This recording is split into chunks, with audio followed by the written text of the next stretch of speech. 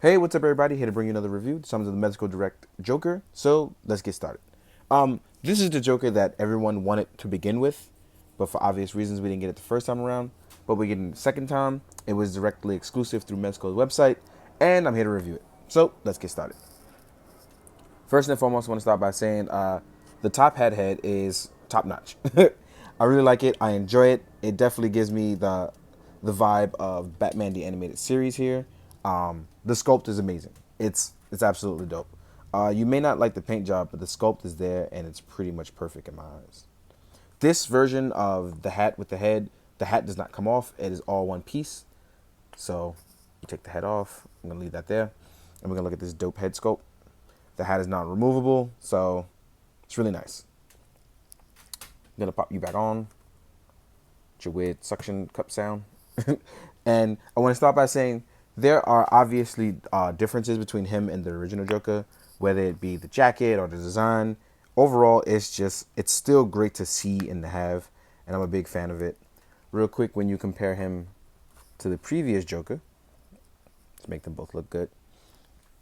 You obviously get the sculpt with and without the hat, as you clearly can see, but the smile for some reason on the PX one, well, not PX, I'm sorry, the Mezco Direct one, it just looks chilling. It definitely gives you the Killing Joke vibes. It's just really dope. As you can see, the ties, the shirts, the vest is obviously the same, just a different color. The shirt is different. It's not pinstriped anymore. It's now the green shirt. The tie is the purple and green design. It's really nice. And now the suit itself is pinstripe. So, oh, minus the boots. The boots as well. The boots are now brown. And socks are green instead of yellow. And they still have that bat vibe on it. So, the bat insignia on it. So this is one is just really dope. While it's just a color swap in some places, it's still really dope to have because the accessories. So first, I'm going to take off his jacket, and then I'm going to get started on the articulation. So to remove the jacket, what I did was, as you're going to see me do it here, I'm going to fold the arms back. I'm going to gently remove the jacket.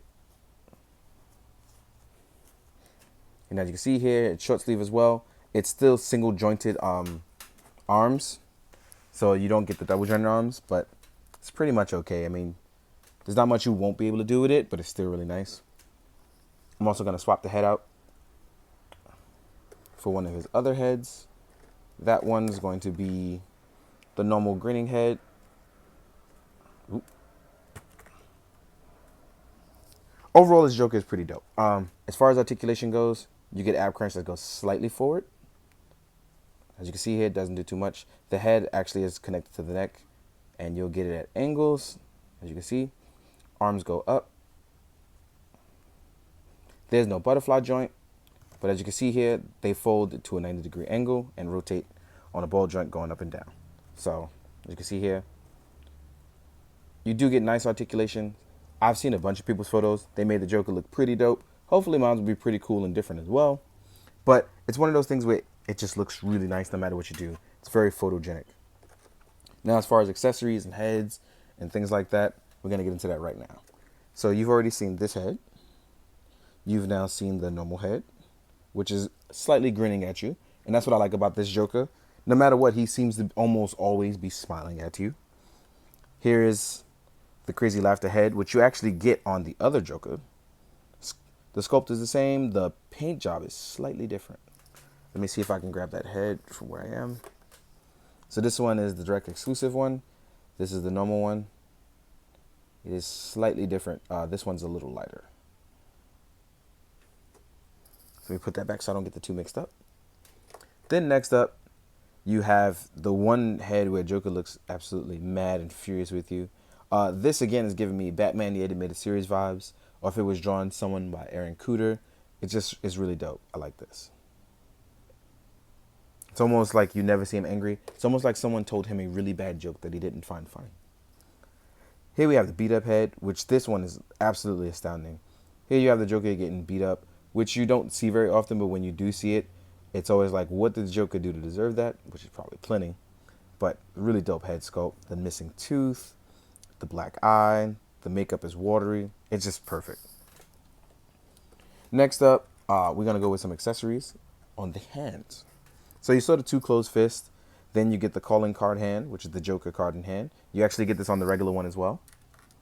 You actually get another trigger. Well, you get one trigger hand, which you also got in the regular one as well. But you're getting here. These gloves are actually a bit lighter than the original's gloves on all of them. So he's a dark purple. And on this Joker, they are much lighter purple. Then you get two hands for holding things that aren't guns. So these can hold other weapons and things like that. And then you get one open palm for the left hand. So while similar to the other one, it does come with some extra stuff, obviously. And what you get here is his signature trademark from Death in the Family, the crowbar that he killed Jason Todd with. It's even bloodied as well. So you get the signature crowbar. You get a handgun, which, like the original on the Punishers, it does the blowback, and there's a magazine as well. It also comes with one replacement magazine. You get chattering teeth. These don't chomp up and down or wind up, so just be careful not to turn or break anything on it. You get a stick of dynamite for the pranks that Joker plays. Really nice stuff. You're also going to get a submachine gun, which you can remove the magazine, and it does come with an extra magazine as well. One hunter's knife, and one barber's knife, which I thought was really dope. So you get a barber's knife, or a switchblade as we would call it. So you also get a muzzle effect for your submachine gun and handgun. Last but not least, you actually get a trench coat for him as well. So you get a trench coat too. This trench coat is reminiscent of the Joker's for the PX one. So the trench coat is pretty dope. It's pretty much the Punisher one, but purple. Really nice. This one actually has wires in the belt piece. And it's not wide or long, but it flows really well, just like the Punisher one. But this one does have wiring in the strap here. So when you can fold it across, it'll do really well for you. Let me put some Joker hands on. Randomly going to put some hands on. Because now we're going to compare Joker to... Now we're going to compare Joker height-wise to some other lines as well as Mezco. That's one reason why I wanted the hat off. Ankle pivot on Joker is still the same. So it's not all that good. Just remember I missed that. Gotta play around with some articulation real fast so you guys can see what's going on. Don't want to wrinkle his pants too much. So height-wise, Joker seems to be a tall, slim guy, but compared to Batman, he won't be that big, right? Now, when you compare him to Batman, they're technically around the same height. So this actually works out really well with other Mezco stuff. You can see here that they're around a good same height. When you do action shots, they'll work really well together.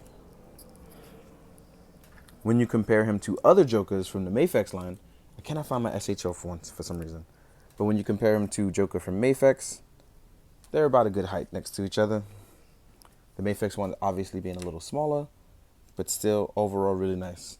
If you want to do one of those 3 Joker storyline or 3 Joker line plot line from the comics that we're doing right now, this actually works out really well because you can do the Mafex one, you could do the SHF one, or Batman Animated Series one, and with the Mezco one. So it actually works out. There's ideas for you guys to take photos now. Next up, you want to compare it to some Marvel Legends. So here he is next to Marvel Legends Spider-Man. As you can see, he's slightly taller than a Marvel Legends Spider-Man. So that means when it comes to larger characters, he'll look in scale really well. Here he is next to an articulated Icons Ninja. He's taller, but not by much. Here he is next to an SH Figure Arts Kamen Rider. He pretty much towers over him. Easily towers over him. And here he is next to a Revoltech Raiden. He's going to tower over him as well. So the Mezco stuff definitely scales well with domestic stuff. Maybe a little bit too big for some import stuff, but who knows? You can finagle it. All in all, I think this Joker is a must-have. If you love Joker, if you love Batman, it is one of those must-have villains. But if you have the first one and you don't want to pay the crazy money for this one, it's fine. I understand. It's for you. But if you are a definitive Joker fan, this is a must-have for you. It's great. In the meantime, guys, hope you enjoy the photos at the end. Hope is, you do the good things that you always do. So at the end of the day, do good, be good, drink your water, guys. Later.